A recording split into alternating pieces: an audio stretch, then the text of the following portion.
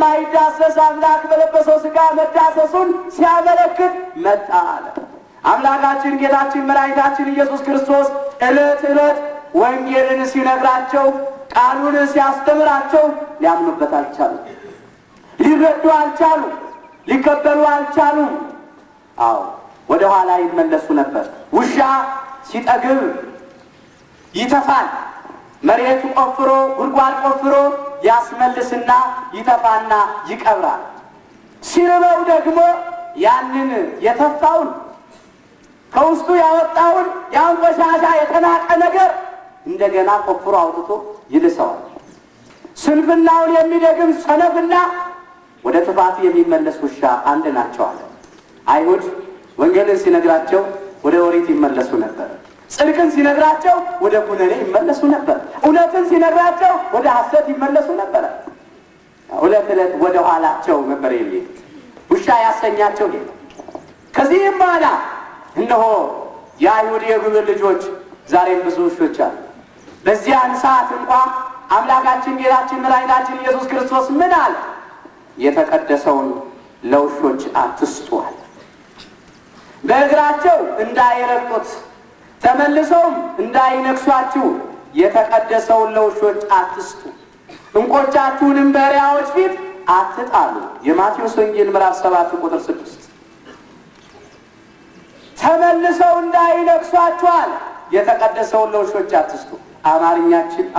አማርኛቸው ቋንቋቸው ቋንቋችን ነው ብለው እንዳያስቷችሁ እንዳያስክዷችሁ የተቀደሰውን ለውሾች አትስጡ። የተቀደሰ የተባለ ቅዱስ ሥጋውና ክቡር ደሙ ነው። ቅዱስ ሥጋውንና ክቡር ደሙን በአይሁዳዊነት ግብር ለሚኖር ሰው አትስጡ። ላላመነ ላልተጠመቀ ቅዱስ ሥጋውና ክቡር ደሙ አይገባው። መስቀሉ አይገባው። የእግዚአብሔር መልካም የሆነ ወንጌሉ አይገባው። የተቀደሰውን ለውሾች አትስጡ ያለው ለዚህ አይገባቸውምና ከሕገ ኦሪት ሳይላቀቁ ስብ ከማጤስ ደም ከማፍሰስ ሳይላቀቁ ሥጋው ደሙን ሊሰጣቸው አይገባም ሲል ነው። ኋላ በመናፍቅነት በጥርጣሬ በክህደት ግብር ለሚኖሩ ሰዎች የተቀደሰውን ሥጋውና ደሙን አትስጧቸው። የተቀደሰውን ሃይማኖታችሁን አትንገሯቸው። ይዘብጡባችኋል፣ ይሰድባችኋል፣ ያላግጡባችኋል። ዛሬ ስንት መንፈስ የሌላቸው አሉ የሚያላግጡ በየመንደሩ። የያዕቆብ ወንድም የይሁዳ መልእክት ላይ እንመልከት። አንድ ምዕራፍ ብቻ ነው ያለው ከቁጥር 17 ጀምሮ። እናንተ ግን ወዳጆቼ ሆይ በጌታችን በኢየሱስ ክርስቶስ ሐዋርያት ቀድሞ የተነገረውን ቃል አስቡ። እነርሱ በመጨረሻው ዘመን በኃጢአተኝነት እንደ ገዛ ምኞታቸው እየሄዱ ዘባቾች ይሆናሉ ብሏቸዋልና። እነዚህ የሚያለያዩ ሥጋውያንም የሆኑ መንፈስም የሌላቸው ሰዎች ናቸዋል። መንፈስ የሌላቸው ሰዎች ሥጋውያን፣ ነገር ግን መንፈስ ቅዱስን ተሞልተናል ይላሉ። የት አግኝተው የት አውቀውት መንፈስ ቅዱስን ያደረባቸው ዛሬም የሚጫወትባቸው ሰይጣን ዲያብሎስ ነው። ይህ አያስደንቅም? ሰይጣን የብርሃን መልአክ እስኪመስል ድረስ ራሱን ይለውጣል። የእሱም አገልጋዮች ዛሬ የጽድቅ አገልጋዮች እንዲመስሉ ራሳቸውን ቢለውጡ ታላቅ ነገር አይደለም ማለት። ውሸተኞች ሐዋርያት፣ ተንኮለኞች ሰራተኞች፣ ዕለት ዕለት ወደ ጥፋታቸው የሚመለሱ ሊያምኑ የማይችሉ ከሃዲዎች፣ ተጠራጣሪዎች።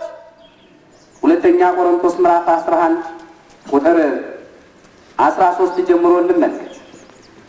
እንደነዚህ ያሉ ሰዎች ይላል ዛሬ በየመንደሩ የምናያቸው እንደዚህ ያሉ ሰዎች የክርስቶስን ሐዋርያት እንዲመስሉ ራሳቸውን እየለወጡ ውሸተኞች ሐዋርያትና ተንኮለኞች ሰራተኞች ናቸውና፣ ይህም ድንቅ አይደለም። ሰይጣን ራሱ የብርሃንን መልአክ እንዲመስል ራሱን ይለውጣልና በዚህ አትደነቁ።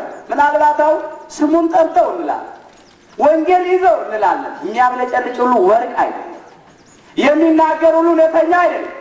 በመጨረሻው ዘመን እኮ ብዙ ሐሰተኞች ነቢያት በምን ይመጣሉ ነው ያለው? በስሜ ይመጣሉ። የማቴዎስ ወንጌል ምዕራፍ 24 ቁጥር 3 ጀምሮ ማንም እንዳያስባችሁ ግን ተጠንቀቁ ነው ያለ። የሚመጡት በስሙ ነው። የሚመጡት የእግዚአብሔርን ቃል ይዘው ነው። ነገር ግን ቃሉን የጠቀሰ ሁሉ መጽሐፍ ቅዱሱን የተሸከመ ሁሉ ወንጌላዊ አይደለም። ሌባ ላመሉ ዳቦ ይልሳል። ሰይጣንም ሲያብልና ሲያታልል መጽሐፍ ቅዱስ ይጠቅሳል። አምላካችን ጌታችን መድኃኒታችን ኢየሱስ ክርስቶስን እኮ ዲያብሎስ ከፈተነበት ፈተናው አንዱ የመጽሐፍ ቅዱስ ጥቅስ ጠቅሶ ነው። ምን አለ? ከመዝሙር 90 ቁጥር 11 ጠቀሰ። ምን አለ? እነሆ በመንገዱ ይጠብቁ ዘንድ መላእክቱን ስላንተ ያዛቸዋል፣ እግሮችን በድንጋይ እንዳይሰናከሉ በእጆቻቸው ያነሱታል ተብሎ ተጽፏል አለው። እውነት አንተ የእግዚአብሔር ልጅ ከሆንክ አለው ራስን ወደዚህ ወደ ገደል ወርውርና መላእክት ሲያነሱ እስቲ ይላል። አምላካችን ጌታችን መድኃኒታችን ኢየሱስ ክርስቶስ ግን ምን አለ? እግዚአብሔር አምላክን አትፈታተነው ተብሎ ተጽፏል። ማቴዎስ 4 ቁጥር 5። ዛሬ ጥቅስ እየጠቀሱ ወደ ክህደት ገደል ውስጥ ሊከቱን ይፈልጋል።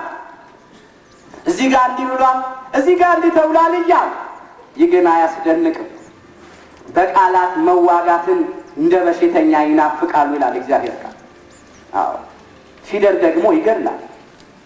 ፊደል ይገድላል፣ መንፈስ ግን ያንጻል። ሁለተኛ ቆሮንቶስ ምዕራፍ 3 ቁጥር 6። ለዚህም ነው አባቶቻችን ንባብ ይገድላል፣ ትርጉም ግን ያድናል። በቃላት መዋጋትን እንደ በሽተኛ ይናፍቃል። አንደኛ ጢሞቴዎስ ምዕራፍ 6 ቁጥር 3 ጀምሮ እነዚህን አስተምርና ምከር።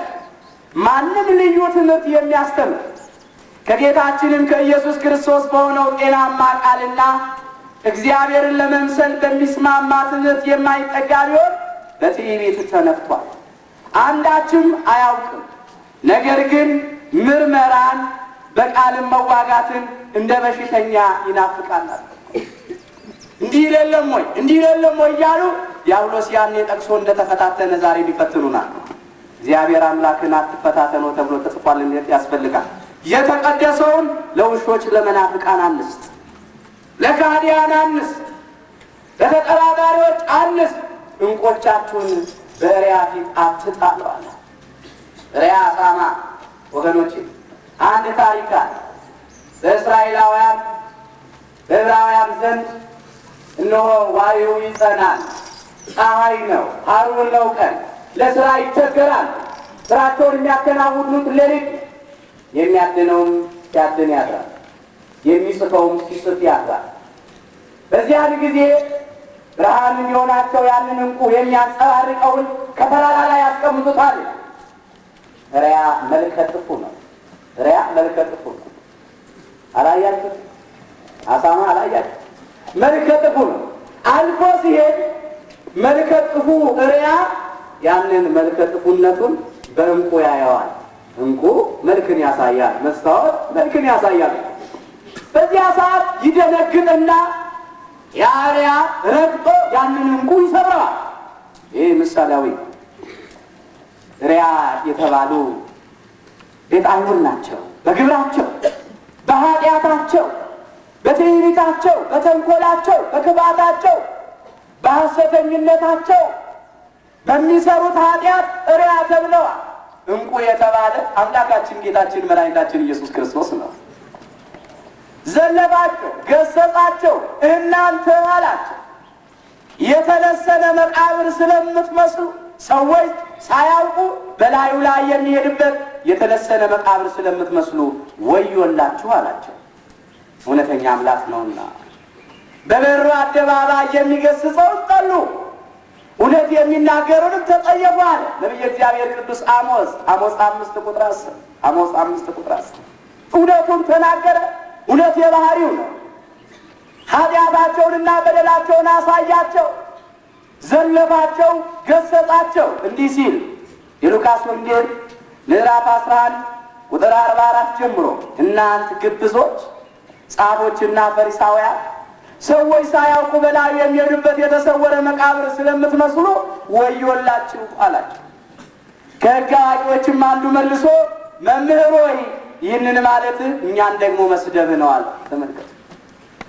የተለሰነ መቃብር አለ።